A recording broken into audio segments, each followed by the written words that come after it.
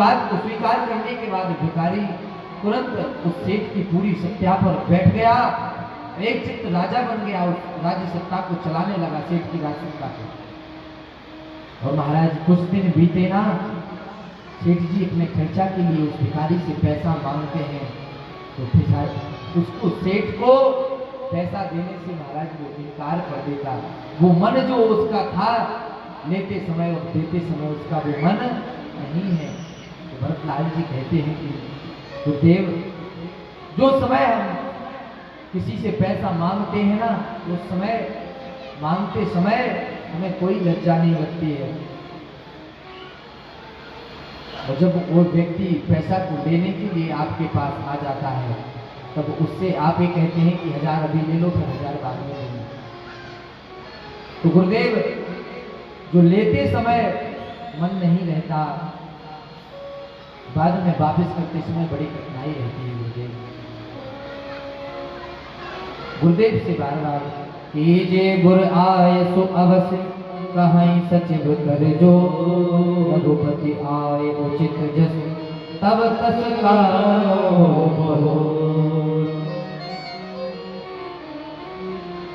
भरतलाल जी कहे, गुरुदेव आप मेरी एक बात मानेंगे? बोले क्या भरत? बोले मेरा मन तो ये करता है गुरुदेव कि मैं अब तो भगवान के पास जाऊं और भगवान को मनाकर अयोध्या ले आऊं। भरतलाल जी कहते हैं, हित हमार सिय पत शिवकार, सोहर लीन मातु कुटलाल। हे गुरुदेव, मेरा हित आप चाहते हो तो मेरा हित तो केवल भगवान की सेवा करने में है, और दूसरा कोई हित नहीं है मेरा। भगवान ने व्यर्थ में, गुरुदेव एक बात बताओ आप, किसी व्यक्ति को कोई कपड़ा नहीं पहनाया जाए और सोने का ही पूरे गहनों से उसको लाद दिया जाए, गुरुदेव को अच्छा लगेगा? गुरुदेव कहे नहीं, अच्छा नहीं लगेगा। तो बोले गुरुदेव, जब वह व्यक्ति अच्छा नहीं लगेगा तो उसी प्रकार गुरुदेव,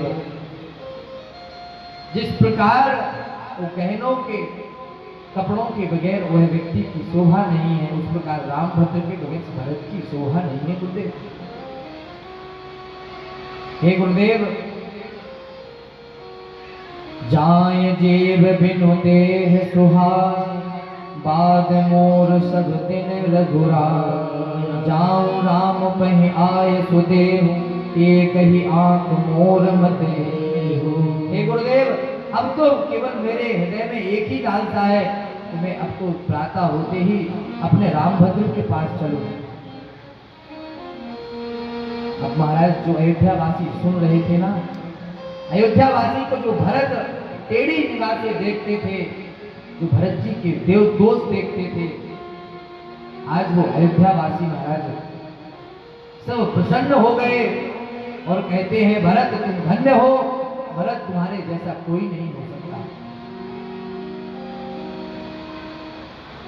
और गुरुदेव एक बात और सुन लो, अगर आप मुझे जबरदस्ती अगर राज्य देना ही चाहते हो तो मेरी दशा क्या होगी आप समझो। ग्रह गृहित पुनि बात वस, तेहि पुनि बीछी मां, यही पियाए बारुणी, कहिए कारो बुझा। हे गुरुदेव, किसी को बुखार हो, फीवर हो, और बुखार होते हुए भी उसके ऊपर लकवा मार जाए, लकवा मारने के बाद उसको बिच्छू डंक मार दे, और बिच्छू डंक मारने के बाद वो उसको उपचार में गुरुदेव मदिरा पिलाई जाए, उसका क्या हाल होगा गुरुदेव? ये लकवा क्या है? बोले लकवा है कि भगवान मुझे छोड़कर चले गए। हे गुरुदेव, और उस पर राज्य रूपी महाराज बिच्छू मुझे डंक मारे,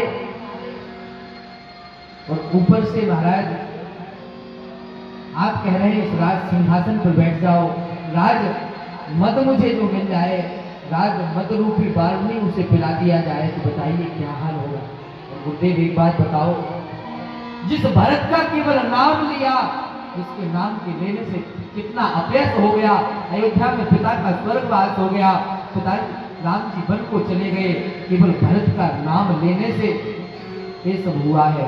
और अगर भरत राज सिंहासन पर बैठ जाएगा तो क्या होगा। ये गुरुदेव, मैं आपकी बात को बिल्कुल नहीं मान सकता। अब गुरुदेव आप कृपा करके मुझे आज्ञा दे। और गुरुदेव आप आज्ञा दें तो मैं आपसे कहता हूं, क्योंकि देखे बिन रघुनाथ पद जिए की जलन, हमारे हृदय में जो प्रवाह उत्पन्न हो रहा है, जो जलन प्रकट हो रही है, तो वो भगवान के बिना दर्शन के लिए अब तो महाराज वो मिटेगी नहीं। हे गुरुदेव आप कृपा करके भगवान के पास चलिए। अब तो सारे अयोध्यावासी प्रसन्न हो गए, सब प्रसन्न हो गए और सब कहते हैं अब तो मैं चलूंगा। और महाराज गुरुदेव से भरतलाल जी कहते हैं, गुरुदेव मुझे विश्वास है कि हे गुरुदेव मैं भगवान के पास जाऊंगा ना तो भगवान मुझे त्यागेंगे नहीं। यद्यपि जन्म कुमात थे मैं सटु सदा सदोष, आपन जान न त्यागे मोहे रघुवीर भरोस। हे रघुनाथ जी, मुझे आप पर विश्वास है कि मैं आपकी शरण में आऊंगा, आप मुझे नहीं त्यागेंगे। दुनिया चाहे कुछ भी कहती रहे, कुछ भी अपराध लगाती रहे, लेकिन मेरे रघुनाथ मुझे नहीं छोड़ सकते।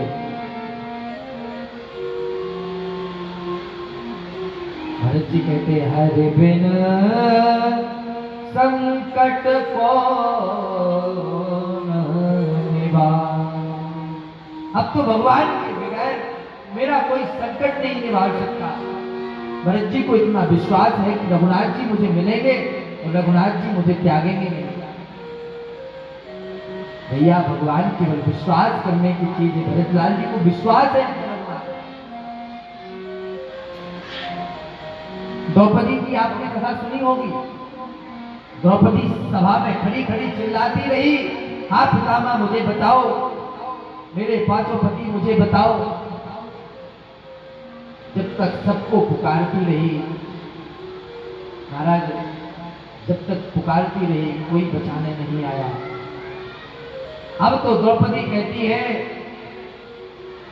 कि अब मेरा कोई सहारा नहीं है।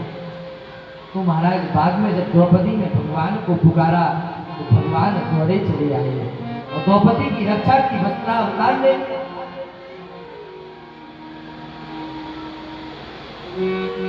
भगवान को अगर विश्वास से पुकारा जाए तो भगवान प्रकट हो जाते हैं, भगवान आ जाते हैं।